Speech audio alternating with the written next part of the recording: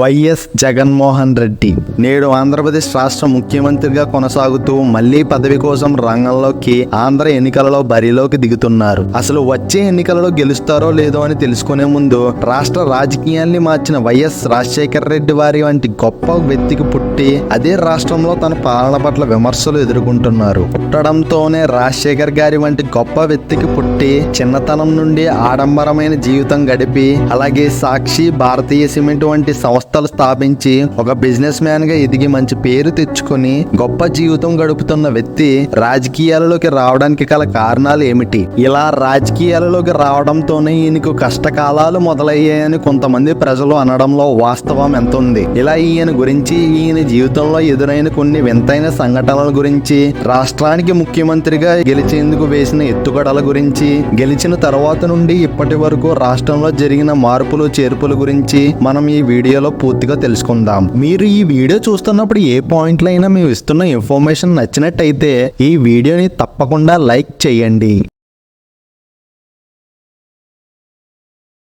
YS Rajasekhara Reddy Vijayamma దంపతులకు 1972 December 21న YS Jaganmohan Reddy గారు కడప జిల్లాలో పులివెందలలో జన్మించారు. ఈయనకు ఒక చెల్లి, ఆమెనే షర్మిల గారు. జగన్ గారి పూర్తి పేరు ఎదుగూరి సందెంటి జగన్మోహన్ రెడ్డి గారు. ఈయన తన చదువుని హైదరాబాద్ పబ్లిక్ స్కూల్లో చదివారు. ఇక గ్రాడ్యుయేషన్ నిజాం స్కూల్లో బీకామ్ డిగ్రీని పూర్తి చేశారు. దాని తర్వాత పై చదువుల కోసం లండన్ స్కూల్ ఆఫ్ ఎకనామిక్స్ లో చేరారు. కానీ ఎంబీఏని మధ్యలోనే ఆపేసి వచ్చేశారు. చదువులలో మాత్రం జగన్ గారు ఫస్ట్ క్లాస్ లో పాస్ అయ్యేవారు. తన 24 ఏళ్ల వయసులో భారతిరెడ్డి గారితో పెళ్లి జరిగింది. భారతిరెడ్డి గారు సుగుణారెడ్డి గారి కుమార్తె. వైఎస్ రాజశేఖర రెడ్డి గారు, సుగుణారెడ్డి గారు ఎంబీబీఎస్ నుంచి మంచి స్నేహితులు కావడంతో వీరు ఇరు కుటుంబాలు సహకారంతో 1996 ఆగస్టు 28న ఎంతో ఘనంగా వీళ్ళ పెళ్లి జరిగింది. ఆ తరువాత హర్షారెడ్డి, వర్షారెడ్డి ఇద్దరు కుమార్తెలు జన్మించారు. అప్పటికి తన తండ్రి రాజశేఖర్ గారు రాజకీయాల్లో ఉన్నప్పటికీ జగన్ గారు ఇంకా రాజకీయాల్లోకి రాలేదు. బెంగళూరులోని తన వ్యాపారాలను చూసుకుంటూ అక్కడే ఉండేవారు. అప్పుడే 2004 ఎన్నికలలో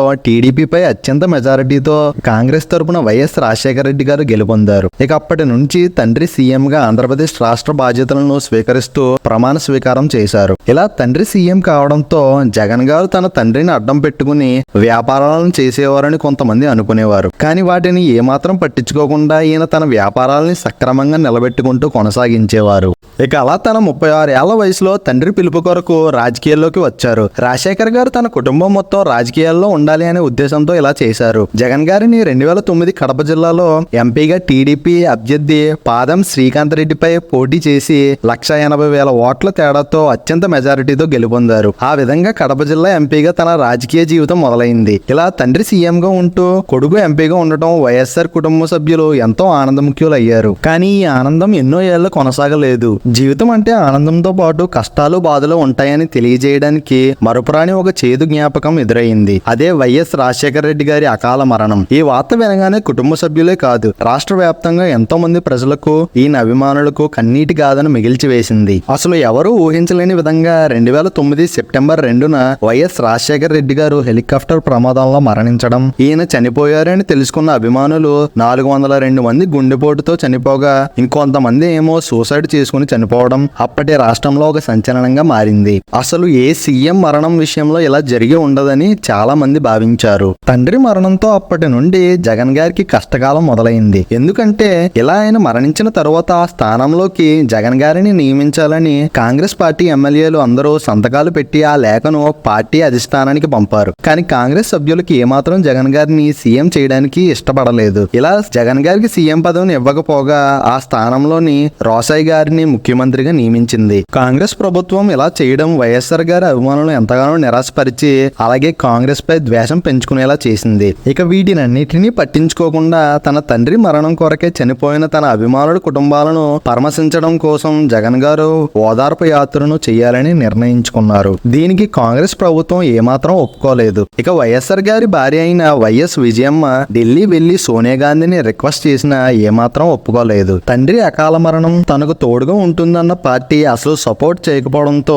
జగన్ గారికి కష్టకాలం మొదలైంది. అప్పుడే ధైర్యంగా కాంగ్రెస్ పార్టీ ఓదార్పు యాత్రకి ఒప్పుకోనప్పటికీ ఒక అడుగు ముందుకు వేస్తూ తన తండ్రి కొరకు చనిపోయిన వారి కోసం బయలుదేరారు. ప్రజల వద్దకే వెళ్లి మీరంతా నా కుటుంబ సభ్యులే, మీకోసం అండగా నేను ఉంటా అంటూ భరోసా ఇచ్చారు. దాని తరువాత జగన్ గారు, విజయమ్మ గారు కాంగ్రెస్ పార్టీలో ఉన్న వాళ్ళ పదవులకు రాజీనామా చేశారు. ఇక 2011 మార్చి 11న వైఎస్ఆర్సీపీ రాజకీయ పార్టీతో ముందుకు వచ్చారు. నిజానికి వైఎస్ఆర్ పార్టీని స్థాపించింది కె శివకుమార్ గారు. ఈయన వైఎస్ రాజశేఖర రెడ్డి గారి పేరుని స్మరించేలా ఈ పార్టీని స్థాపించారు. తరువాత జగన్ గారు ఈ పార్టీని పూర్తి అధికారంతో అందచేసుకుని మొదలుపెట్టారు. 2012లో వచ్చిన 19 శాసనసభ స్థానాలకు గల ఎన్నికలలో 17 స్థానాలలో అభ్యర్థులు విజయం సాధించారు. ఇక జగన్ గారు 2 పార్లమెంట్ ఎన్నికలలో పోటీ చేయగా ఇందులో కూడా గెలిచారు. గెలిచిన ఆనందం ఎన్నో ఏళ్ళు కొనసాగలేదు. అప్పుడే ఈయనపై అక్రమ కేసులు నమోదు చేసింది సిబిఐ. ఇలా ఈయన 18 నెలలు జైలు జీవితం కూడా గడపవలసి వచ్చింది. 2012 మే 25న ఈయన్ని సిబిఐ అరెస్ట్ చేయగా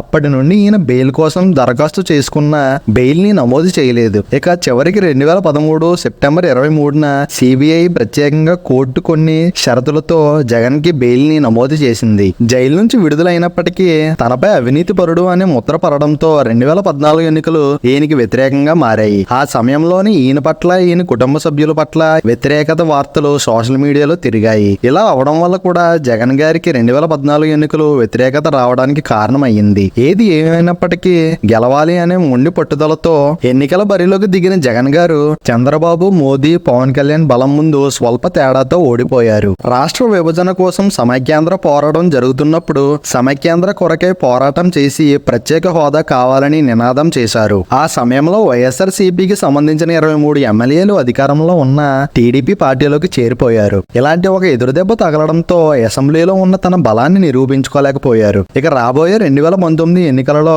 గెలవకపోతే వైఎస్ఆర్ సిపి పార్టీ అనేది కరుమరుగు అయిపోతుంది అనే ఉద్దేశంతో ప్రజలకు దగ్గర అవ్వాలి అని పాదయాత్ర కార్యక్రమాలను మొదలుపెట్టారు. 361 రోజులు జరిగిన ఈ పాదయాత్రలో ఎన్నో పథకాలను అమలు చేస్తానని చెప్తూ ప్రజలతో ప్రత్యక్షంగా పలకరిస్తూ వారి సమస్యలను తెలుసుకుంటూ 3648 కిలోమీటర్లతో ఈ పాదయాత్ర అనేది జరిగింది. నవరత్నాలు అనే పేరుతో పథకాలను ప్రచారం చేశారు. ఇది జగన్ గారికి ఎంతగానో ఉపయోగపడింది. దాంతో 2019 ఎన్నికలు రాగా 175 స్థానాలకు గాను 151 స్థానాలు సాధించి గొప్ప విజయంతో తన అధికారాన్ని సాధించారు. ఇలా అధికారంలోకి వచ్చిన తదనంతరం గవర్నమెంట్ స్కూల్స్ పై దృష్టి పెట్టారు. నాడు నేడు అనే కార్యక్రమంతో ప్రతి ఒక్క పేద విద్యార్థి చదువుకోవాలనే ఉద్దేశంతో పిల్లల కోసం పదవులను ఏర్పాటు చేశారు. గవర్నమెంట్ స్కూళ్లలో ఎడ్యుకేషన్ ని, స్కూల్స్ యొక్క పరిస్థితిని చక్కబెట్టి శుభ్రంగా ఉండేలా మంచి సదుపాయాలతో ప్రైవేట్ స్కూళ్లకు ఏమాత్రం తీసిపోకుండా డెవలప్ చేశారు. తరువాతిది అమ్మఒడి. గవర్నమెంట్ ప్రైవేట్ స్కూల్లో చదువుకుంటున్న ప్రతి ఒక్క విద్యార్థికి సంవత్సరానికి 15,000 ఇవ్వడమే ఈ అమ్మఒడి స్కీమ్ యొక్క ఉద్దేశం. జగనన్న విద్యా దీవెన అనే మరొక కార్యక్రమంతో క్యాస్ట్లతో తేడా లేకుండా అర్హత ఉన్న ప్రతి ఒక్కరికి 100% ఫీజు రింబర్స్మెంట్ ని అందజేశారు. ఈ స్కీమ్స్ ద్వారా 24,74,544 మంది అర్హత ఉన్న స్టూడెంట్స్ కి 9,051 కోట్ల రూపాయలను పంపిణీ చేశారు. ఇలా నేడు మనకు ఉన్న యువత కారణంగానే భవిష్యత్తులో రాష్ట్రానికి, దేశానికి ఎంతో లాభమని ఈ కార్యక్రమాలకు విజయం చేకూర్చడమే ముఖ్య ఉద్దేశం. వృద్ధుల కోసం వైఎస్ఆర్ పెన్షన్ అనే స్కీమ్ ద్వారా ప్రతి నెల 3,000 రూపాయలు వృద్ధులకు అందజేస్తున్నారు. ఇలా వృద్ధులకే కాకుండా వికలాంగులకు, ట్రాన్స్జెండర్లు వంటి వాళ్లకు పెన్షన్ ని అందజేస్తుంది వైఎస్ఆర్సీపీ ప్రభుత్వం. యువత ఉద్యోగాల కొరకే ప్రజల సమస్యలను తీర్చేందుకు వాలంటీర్ ఉద్యోగాలను ఏర్పాటు చేసి ప్రతి ఇంటికి తిరిగి వృద్ధులకు మందులు అందించడం, గవర్నమెంట్ పథకాలను సక్రమంగా ప్రజలకు చేరువయ్యేలా చేయడం, ఇలాంటి ఎన్నో వాటిని గవర్నమెంట్ కొరకే వాలంటీర్లు ఎంతగానో సహాయం చేశారు. సో ఇది ఫ్రెండ్స్ వైఎస్ జగన్మోహన్ రెడ్డి గారి బయోగ్రఫీ. మీకు ఈ వీడియో నచ్చినట్టయితే ఖచ్చితంగా లైక్ చేయండి. This is Sri signing of.